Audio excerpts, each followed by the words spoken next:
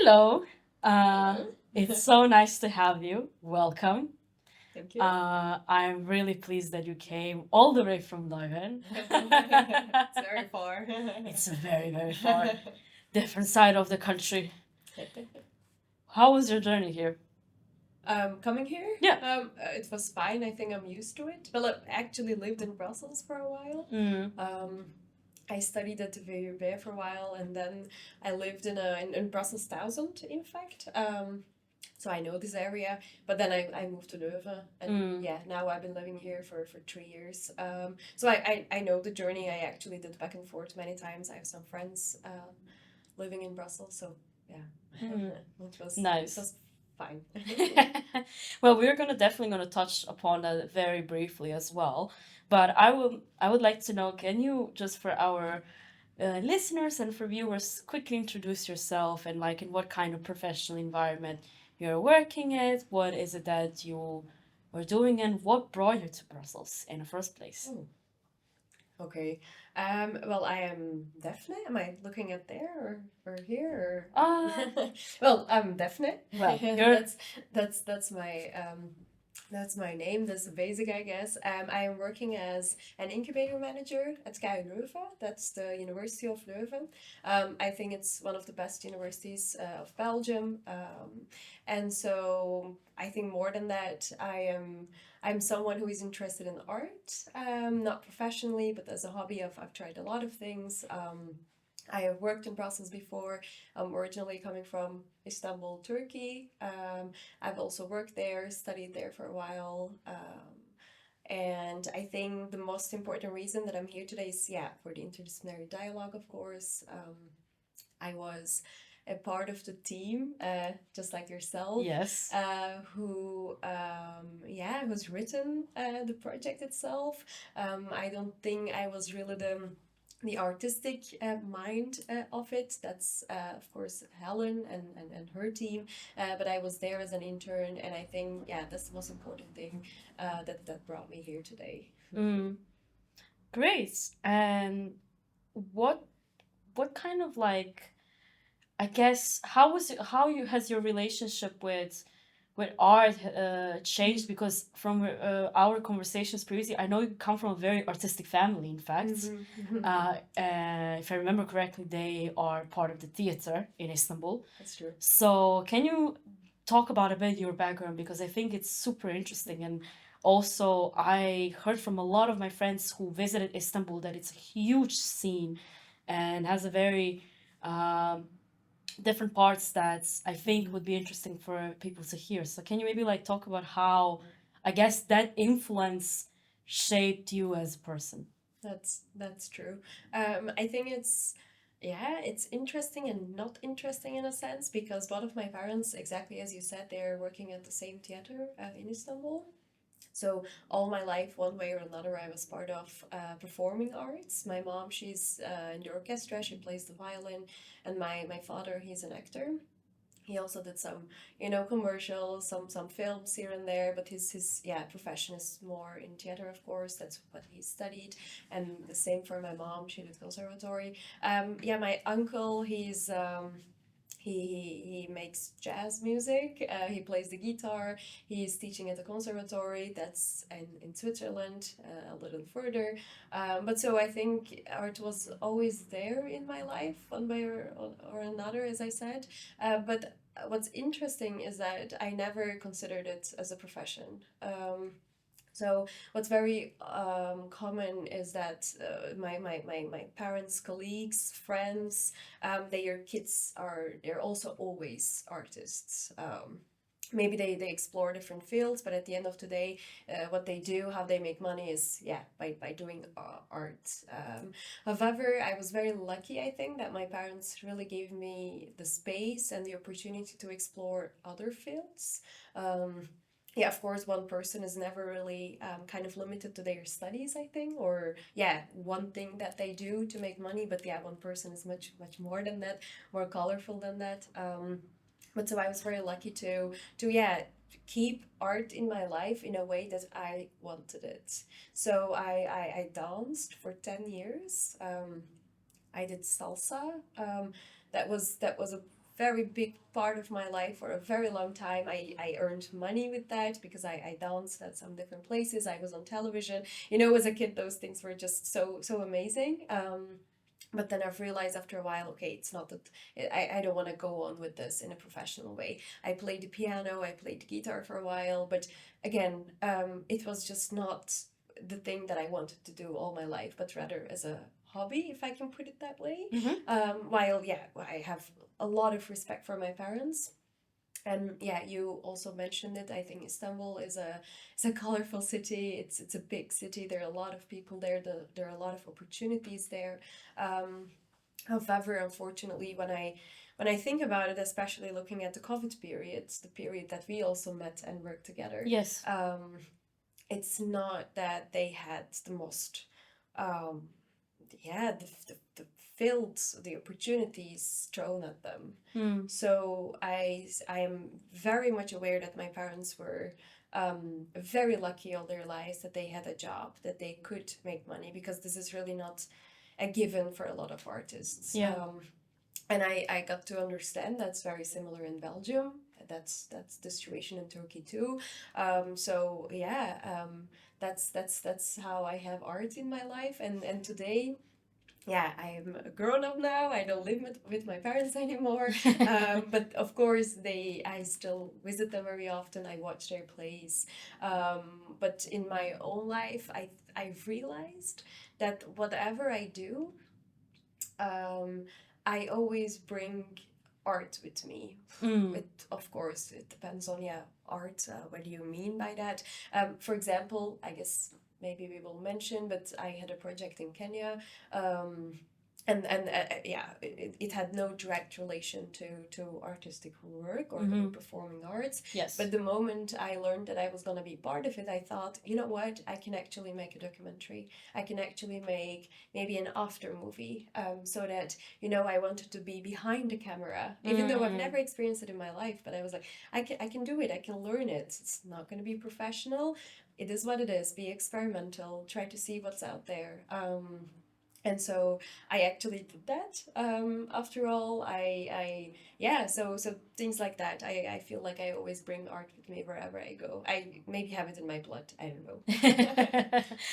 I can definitely relate to that because, you know, coming also from parents who are also, I'm really glad that you mentioned this part. It's not given, but they really earned it and really made this kind of environment for themselves, especially in a city that's even more colorful from where I'm from, which we're going to also briefly touch upon. But what I find super interesting, I mean, we're going to talk about Kenya as well. Uh, uh, but at the same time, I think I remember when I saw you on your LinkedIn page that the photos from the exhibition about the project, yeah. were they done by you? That's true. So the video I was talking about, that was last year, and this year the project was going on. So this is post academic year, and I thought, okay, what else?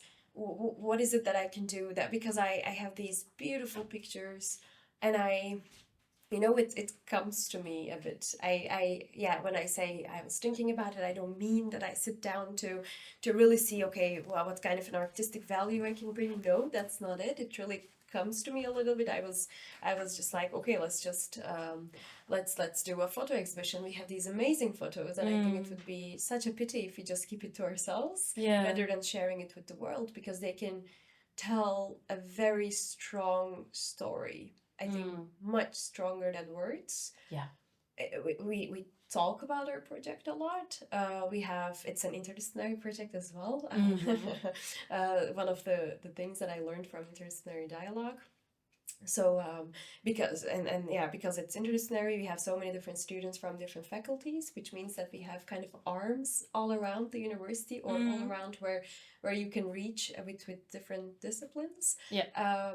But still, I mean, a person is only a person, and you only tell something when you're, yeah, if you do something very impactful. And I thought, okay, if you do a photo exhibition, everyone who walks up the stairs, down the stairs, because it's in in a student environment within our campus.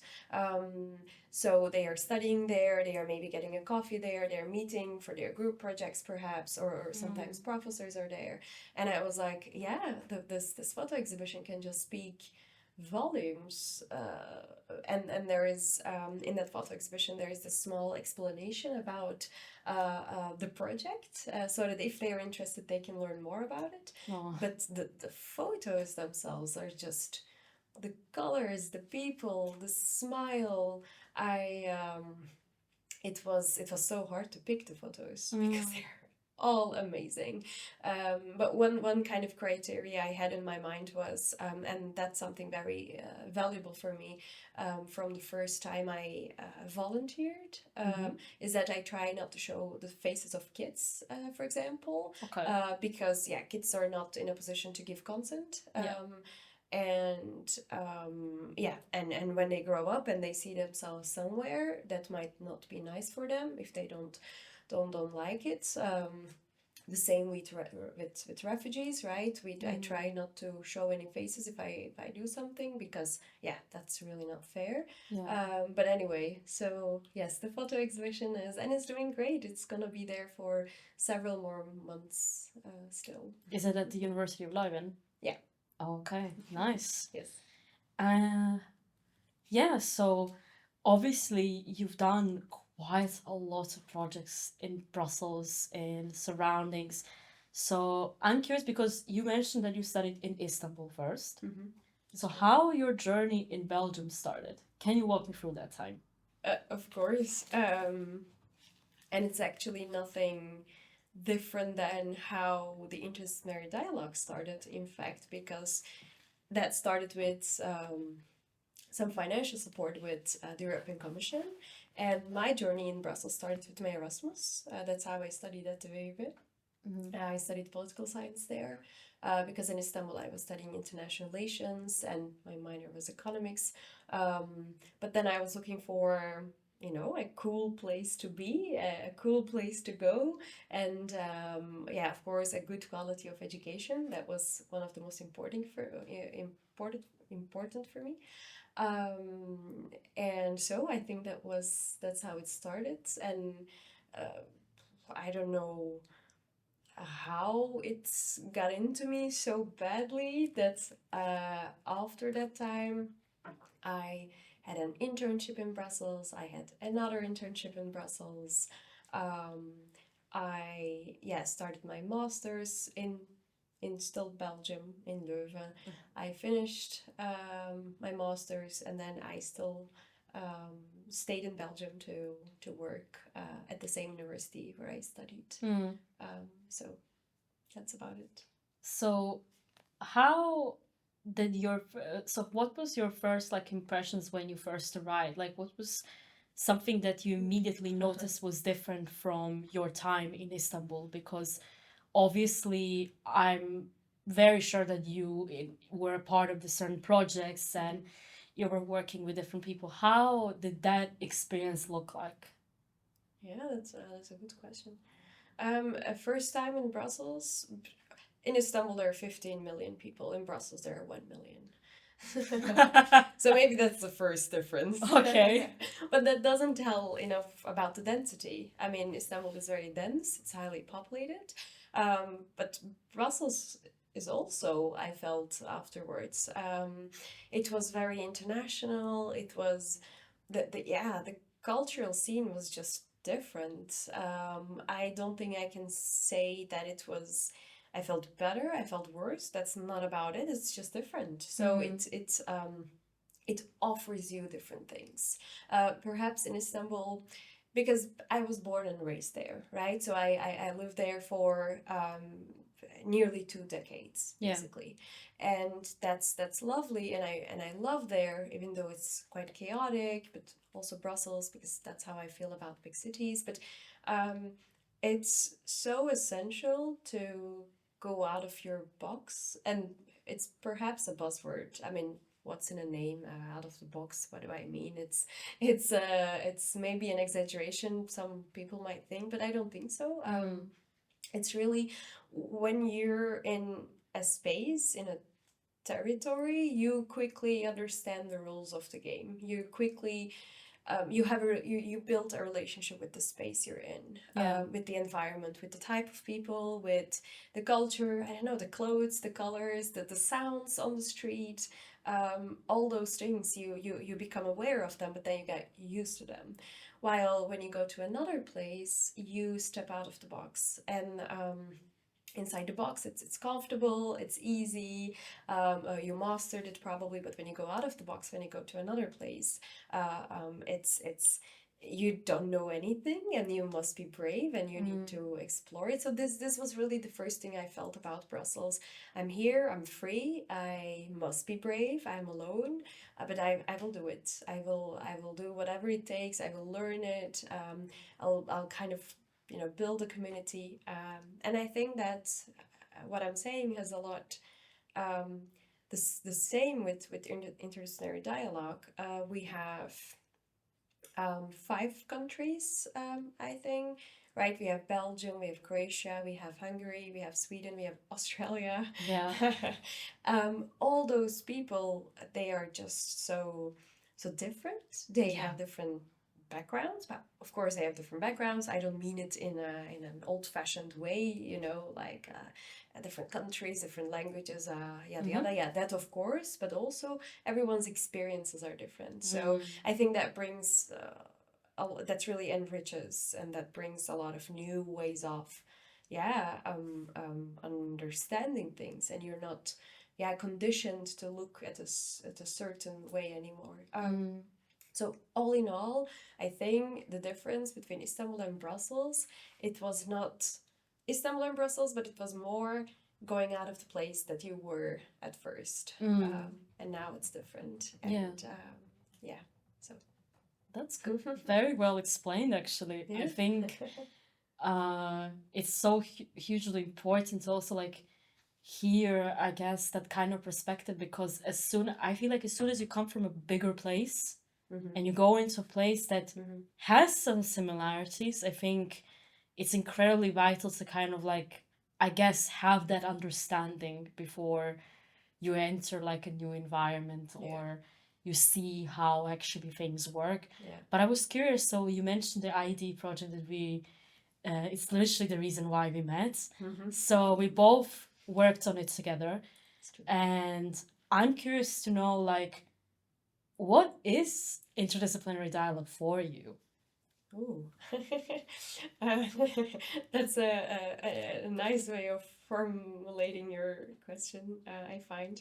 It's, well, for a very long time, it was our baby. I felt. Yeah, yeah. And that's now today similar to my job because, I said I work as an incubator manager.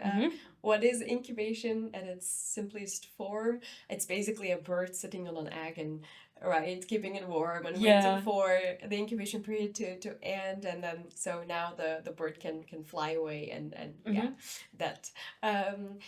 And well, I think it was very similar because most importantly, it was the COVID period when we have written this project. So, and maybe now for a lot of people, it's just it's been a long time. I can't even remember anymore. Well, I do remember it was.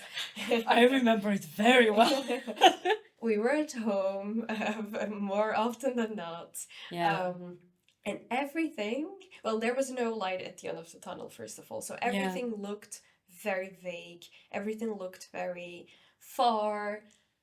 And working on this project, we were I was especially writing the parts where I remember, for example, maybe the budgeting part or the impact part, what kind of an impact you're creating, what kind of outputs and outcomes you're going to have with this project. So when I was writing the project, it really pushed me to have a real long-term look, because it was because of the content I was busy with.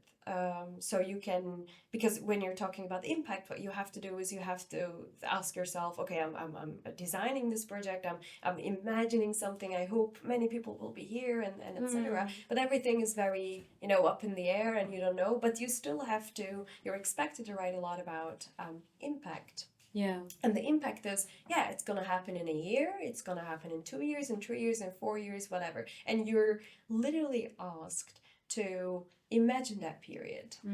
So I felt it was really that light and a baby that gave me the motivation to go on in that period, because thinking long term, looking at the future for interdisciplinary dialogue gave me the kind of make me imagine the light at the end of the tunnel. Let's put it in that way. So interdisciplinary dialogue for me, yeah, it was my baby, because we have written it together with you, with Helen, of course, many other people, I'm sure. We're thinking about the intellectual part of the project. But yeah, so I think it was it was my baby, and today it became something that I hear a lot from, because I'm not actively part of it anymore. But yeah, I love hearing about it. I love listening to things about it. Yeah. Yeah. And what has become today as well. Yeah. That's a very well put it, because we're going to briefly touch upon the incubator that you're working for in Leuven.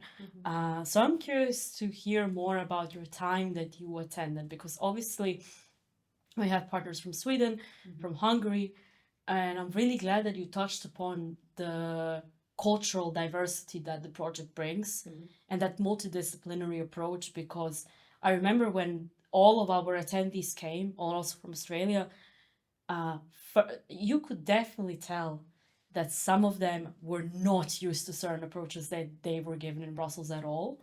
Some of them even had problems with speaking English as well. For example, we had I had in my group when I was working, it was me, another Croatian girl, one from Australia, and two Hungarians. And one, the girl from Hungary, she cannot simply speak English without the mentor, Kitty. I don't know if you met Kitty. Yes, So it was Kitty, Balint, the actor, and Luisa.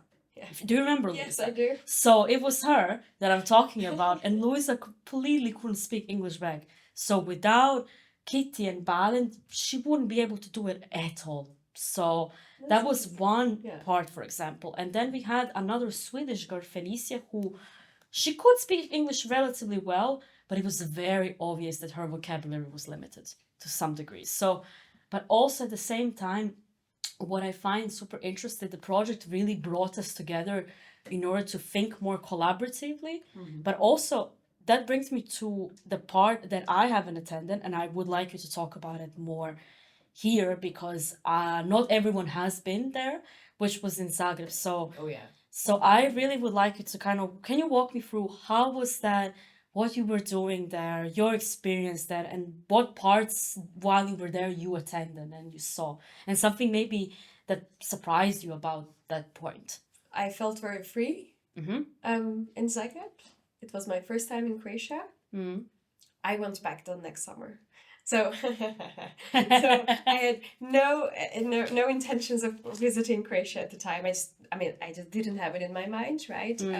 But then I've been to Zagreb, and then the next summer I was like, oh, I think I'm going back. I'm probably going back, and then I did. And then I visited the coast, but that's not the question. Yeah, Zagreb was very special because I felt very free. I was all alone in the sense that I didn't have, you don't have your family, you don't have your friends with you. Of course, I had Helen, who is someone important for me. I worked together with her. She also became a friend after a boss. But in Zagreb, I had no expectations, and I just didn't want to, I just didn't want to imagine anything else beforehand. Not for the purposes of, oh, I'll be disappointed. No, not that at all. So hear me out, what I mean. I just really wanted to let it happen to me and really be open, see what's there, see what all the people bring, and I'm so glad I did it like that. I really didn't have any set things in my mind. I didn't even ask too many questions because I just wanted to experience it. I thought, okay, this is something experimental for you. Go there and have it.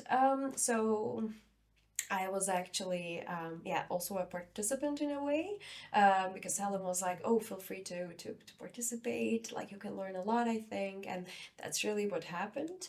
Um, and there, the setting was also very beautiful. I remember every day we went to that building of that university to practice different things, but the things that I've never practiced before, and that's what's special. Um, I thought I had to think about, because we had to produce some things, we had to be creative, sometimes with a team, sometimes on our own.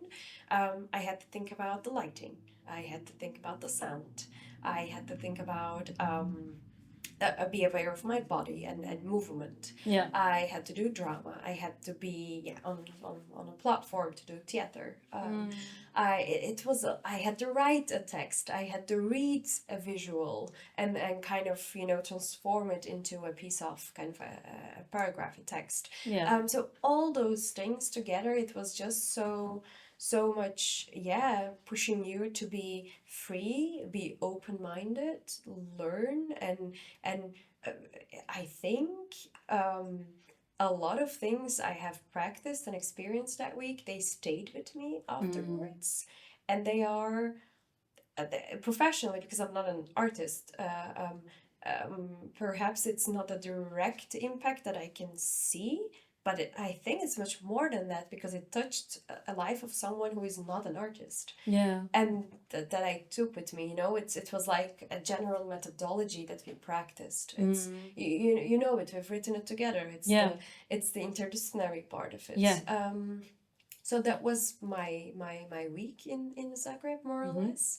Um, I learned a lot. I still remember the names of people. I remember the restaurant we ate. I remember the morning coffee I bought every morning from the same place. It was delicious. Everything was delicious. Everyone was so nice. And I was like, why is everything so good here? There's no problems here. And yeah, people were fun. But as I said, also Zagreb, every bar you entered, it doesn't look like it from outside. You enter and you're like, wow, this is the best place I've ever been. So really, culture everywhere, authentic elements everywhere. Yeah, that. So where did you guys went to eat actually? Like how was that experience? There was a restaurant right in front of the building that we were working at very often, but it was a very good one. And I unfortunately cannot remember the name, but I remember on the wall of the restaurant there was a painting, like outside a wall, like imagine like a graffiti, but it's not a graffiti, it's a painting of an artist, I believe Croatian, a guy, old rather, on the painting, and next to it, it was written in Croatian. I don't speak Croatian, but I looked it up. It was written. It's been a long time, so it might not be correct 100%. Okay. An artist who understands society and its traumas. Ah. Okay. I think that's what was written. I think I know what you're talking about. Yeah, I don't know what the name was, but anyway, that stayed with me, and I really thought, wow, that's a way of looking at art, because I think there is a school in art where they believe that artist is an artist for the sake of being an artist, so it doesn't have any. An artist doesn't have any responsibilities in teaching something back to the society or giving something to the society, etc. While there is another school where it says, well, an artist should be learning from the society and providing something back to the society. Should be aware of all the ups and downs it's been through, the societal elements, traumas, etc., etc. But so that really stayed with me. I really thought, wow, that's very strong. There is an artist on the wall of the restaurant we're eating every day, and it says something. an artist who can understand everything that a society has been to. Yeah. And I have a lot of respect for that. So that's the restaurant. Well, that's a very good introduction actually to my next question, which is, do you, because you were not participating necessarily as an artist, but you had the outsider's perspective, and I would rather say the input of artistic mind, let's put it that way. Can you walk me through the Aboriginal workshop that you were participating in Zagreb? Because it kind of brings that cultural anthropology that you also studied in That's Leuven true. together with maybe more your sensibilities as well. That's true. Yeah, how was that? Because I mean, obviously wasn't there, so you know better than I do. um, yes, it was very special. It was very, for me, I think it was really kind of layered. It has different points it was touching. We had two professors from Australia to teach us or practice with us that Simon and Francis. Oh yeah, I've heard a lot about Simon, but I've never met him. He was, because in Brussels it was Rick who was here and Francis and not Simon. Oh, Yeah. that's sad. But, well, I think the reason I remember their names is because while we were writing the project, I had to justify in the budget, I think, or the impact we were creating a lot about why we are having people from all the way from Australia, right? Yeah. And that's why I think I've written their names way too many times in my texts. And I think that's because I really forget names, but it's really interesting that I still remember their, not the surnames, but I remember the names, and that's, yeah, I hope I pronounced it correctly. It's been some time. Anyway, so Simon and Francis, and they were both amazing. But I think Simon had more kind of, yeah, input, and then he really directed a lot. What we had to do. So Aboriginal, the performance, it was, so first of all, it's a new culture for me. So also, as exactly as you said, I did social and cultural anthropology. As an anthropologist, it's already very special to be able to make someone open a whole new world for you. And if this is someone who is actually coming from the society, it's even more special. It's even more an experience to, yeah, what do they do, how do they act, what are the behavioral stuff going on there, so number one, that was very special. But on top of that cultural element that we get to see and learn, it was the methodology. One very direct example I remember is, so once we had to create a tree, a real tree with its branches, with its leaves, with its roots, kind of, Yeah. and that we had to do as a group, Oh. as a group of, I think like 30 people or something. So not like a group of 5 people or something. It's a huge group. So what Wow. happens? Yeah, exactly. It was really impressive. And that tree had to move, had to go around the platform, the stage that we were on. It had to, yeah, perhaps it's not super vibrant in my head anymore, but yeah, this was like that. And so this means that first, you as an artist coming from a certain discipline, whatever you are doing, right? There are people coming from making sound, from light, from decoration, from drama, from all these kinds of really impressive people. And all of a sudden, they go out of their comfort zone, they go out of their own discipline, and now they have to work together with people who do not kind of speak the same language with them because they have all different disciplines. That's interesting. But then you also have to be aware of your body because you're creating something. It's really a self-discovery. It's really, okay, I have 2 arms. How do I place them? Where do I put them exactly? What do I do with my head? Do I put it down? Do I put it up? What kind of part of a tree I am? So it was really self-discovery and being aware of yourself. But Yeah. top of this, it was a methodology where it told you to be aware of others as well. And I find that very impressive. You're a part of a tree, so you always have to look around, you always have to feel other people, Yeah. you always have to have your eyes open, your ears open, your senses, everything like alertness on. You have to, everything is open, and you're using all the senses very actively. And so you're aware of yourself, you're aware of the team, and this is a methodology that you can employ in other fields as well. So yeah, maybe to quickly connect back to my experience in Kenya, there are a lot of people. You have to be aware of yourself because there is a way people see you, but then there's a way you see them, and how to act and how to behave, and what do people think of you and make of you, and how you kind of interpret a lot of things. Yeah.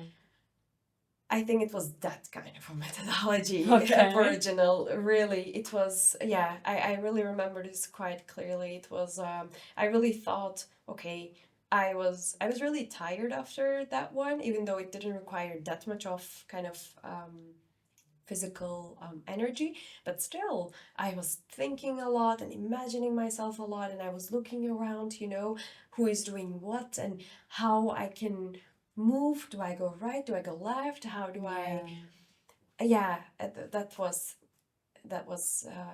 really impressive. I think, yeah, that was my main thought about the Aboriginal. It was beautiful. Was that your favorite part during your time inside of?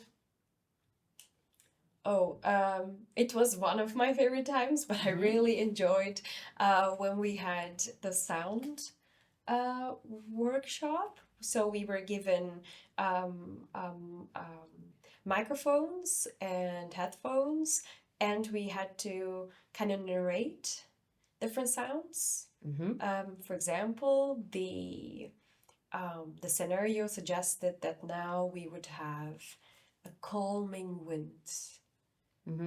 There is no calming wind, there's no computer, we have to make the sound ourselves. Be creative and do it. I don't know how you do it. What do you do? Yeah. Or make a sound for raindrops, but it's going faster and it's going slower. Yeah. And it's dropping on a plastic, and now it's dropping on a metal. How would it sound? And we recorded all of these, and that was also very impressive, I think. So that's a second thing that comes to mind when I think of that week as my favorite. Oh, wow. That sounds nice. But like, besides the methodologies that you've mentioned, like, can you choose one and describe it to me step by step?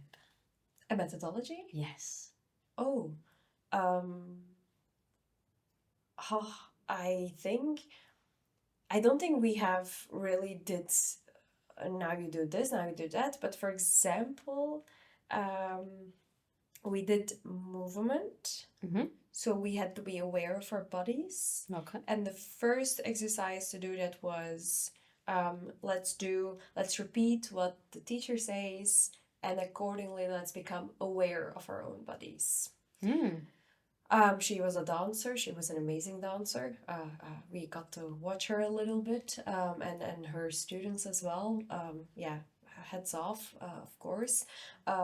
So first of all, we had to be aware of our body. What do we have? How do we feel? Where exactly? And then we started to use our body. Okay, now we are aware of it, but the more you use it, different things that you do, you realize other things and other perspectives. And then the third step was really now create a choreography for yourself and explain something with that choreography. So if I'm not mistaken, we had this visual of a soldier, Okay.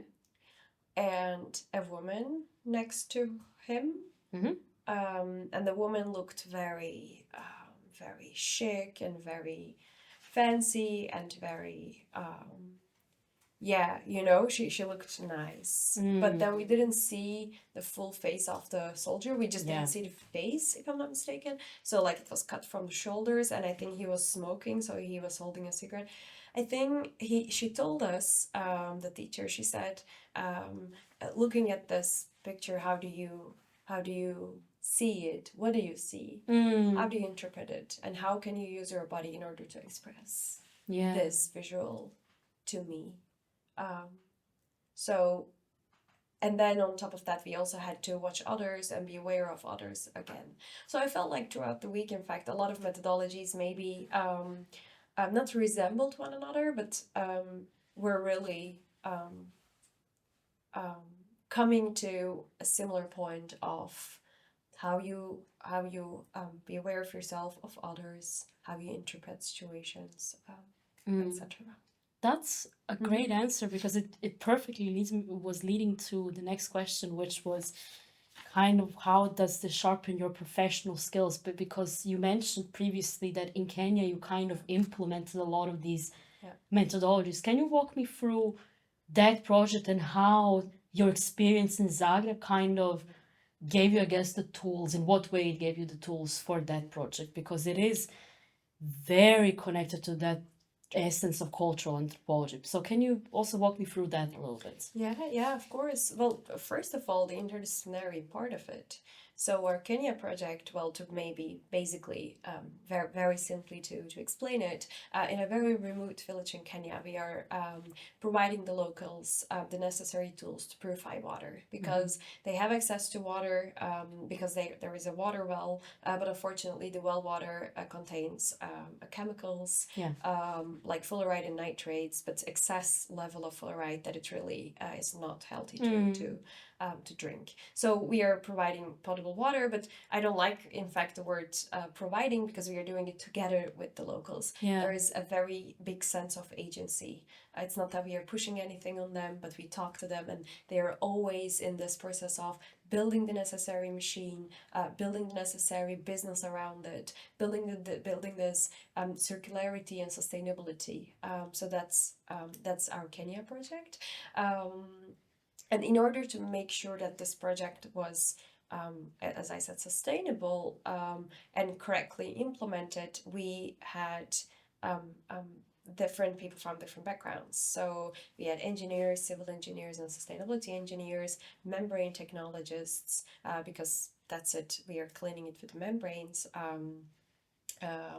We had someone with a legal background, anthropologists, of course, and business. Business was very important because, again, it has to be sustainable. So exactly like it was in Zagreb, in Kenya, we also had to make sure that these people from different backgrounds, even if they all meet at one place, that is, in one case, the arts and artistic world, the other, the university, right, the academic world, perhaps, they all are working towards the same goal, or they're willing to learn more or less the same things, but they're all bringing their own way of doing it, and that's what's very special. So, for example, when in Zagreb we were doing a sound practice, but there was the dancers, and they've never thought about sound.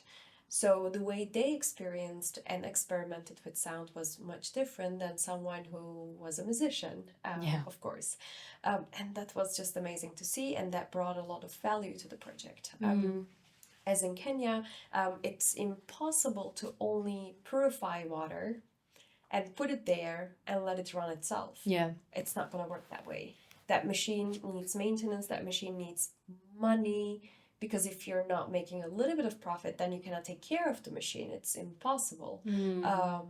And it requires, it requires anthropological, of course, touch, because we have to talk to people, we have to ask them what do they like in another project in another country, as a solution to produce electricity. Some people from another country, a faraway country, put a bike in the village and set to the locals, you know what, this is our gift to you. Just ride the bike, and the more you ride the bike, you're gonna generate electricity. Oh. But the locals stopped using it after only a few months Oh. because that was never what they asked for. Oh, Because why? The thing is, why do you need electricity? They don't have phones, they don't have computers, they don't have fridges. So the first question you ask is, what do you want? What do you need? Before I impose something on you. So that's why in Kenya project as well, to make the project sustainable, you need different people on board. You need the business perspective. You need this engineering perspective. You need the STEM fields. You need the anthropologists or sociologists. So it's interdisciplinary. That's the direct answer I can give. That's the first thing that really stuck with me. But also, I've realized with the interdisciplinary dialogue in Zagreb that art was gonna stick with me one way or another. And exactly as I said in the beginning, it stayed with me because I couldn't stop myself from making a video. I couldn't stop myself from putting up a photo exhibition. Yeah. I couldn't stop myself from, one of our colleagues in the team. She's also a painter. She actually did a painting Wow. of a very nice scene in Kenya, in the field that we actually worked, with a school, with a well, with the kids around, with the students around. So yeah, I feel like that's what really interdisciplinary dialogue gave me, the art, looking at it from different perspectives, and the interdisciplinary elements. And how that project, at what stage is that project today? Like, would you say, like, is it still It's finished? No, it's not finished. Well, Okay. the thing is, I said I work as an incubator manager. So what we do is we start businesses basically, or we help students start their own businesses, startups or spin-offs. And what happens in startups is, in an ideal scenario, you come up with an exit strategy. So you perhaps sell your company, or well, maybe you stop. And that's why we were thinking about, okay, what kind of an exit strategy we can have, because we don't want to be the responsibles of this system, right? We would like the locals to take it over 100%. Yeah. And that's why right now we are in a period where we are thinking about, okay, we provided the clean water after 2 years of hard work. Now we have to monitor the water quality, but in an ideal world, we kind of exit. It's not that we leave the field, but we make sure that the system we've put works perfectly. Yeah. And that it's sustainable. So at the moment, we have the water, but there are some other things that we'd like to work on. For example, the women there, they are also artists. They are making jewelry, beadwork. So we'd like to help them start their own businesses and basically make money out of it, have an income. Or some other things. There is a waste stream problem. We have to manage the streams. There is biogas that we'd like to make use of. So it's much more, organic and circular economy, and all of those important things that we want to put. So a part of the project has come to an end, but at the moment, at its third year, we are looking for new ways of, staying in contact with our friends in Kenya. Nice. I guess nearly approaching the end, but one thing I would like to ask, because it is a very different environment, just before we kind of summarize everything, can you give like a glimpse into what was the challenge of that project? Like how did you interpret the obstacles of that project? I mean, I know it's a really broad question, because I'm asking this because it's a hugely different environment from I bet even the transition from Istanbul to Brussels was quite big. But going to Kenya, I feel like is even more, on a bigger scale at least. So can you tell me a little bit about that? Yeah, of course. I think a direct answer that came to mind is, the biggest challenge is, you want to do something and you want to do it scientifically because you want to make sure that it will work. Um, but for scientific work, you have to have scientific information. Correct. But in Kenya, very often you don't have access to scientific information. So, for example, in order to understand the water and how the water behaves underground, because that's underground water, um, we we had to run some analysis, and because you have to understand the aquifer and you have to, yeah, that. But unfortunately, you're trying to access to this information, if something was documented or some reports via state channels or some other independent, maybe university channels, etc. But unfortunately, you just don't have access to it. And once you have access to a document where it explains, the research that has been done in that area, for example, so that we have a better idea of a geological map of this place, of this region. But then you're like, oh wow, great, I have this information. But then the second thing is, well, I can never make sure if this information is authentic or not. So I find this a very big challenge. You never really have access to information that is 100% correct. So whatever you do, you always have to be fingers crossed. We do our best, but we see what's in there or what's going on there. Yeah. So that's the first. And another challenge that I was afraid of, but didn't come out as a challenge, was talking to the locals. Okay. So very often, if they did school, they are literate and they speak English. So that's easy if they did school, but a lot of the women, especially the ones who are, doing the beadwork and we want to support, they do not speak English. So I was afraid that if it would have been so hard to communicate, and we had a translator with us, but still, yeah, a translator is only one man, and yeah, he's also interpreting as he speaks, etc. I was really afraid, but then the moment we met these women, I felt I don't need a translator. No, we don't speak the same language, but we understand each other. Yeah. So, for example, a woman taught me how to do the beadwork, and it's so hard. You really have to have tiny fingers, and I really do not. And you really have to, you have to have good eyes, because your eyes, you can't even see it. It's very small. And she said, when she had to say a color, she showed me this color. So, for example, if she wants me to pick up the green, she finds a green color somewhere and she shows it. Or if she wants me to say a number 3 or 3 small beats, she says 3, and then we understand each other. And then she shows me what to put where, and then this was not a challenge. So yeah. These were two, one was a challenge, one was not a challenge. Okay.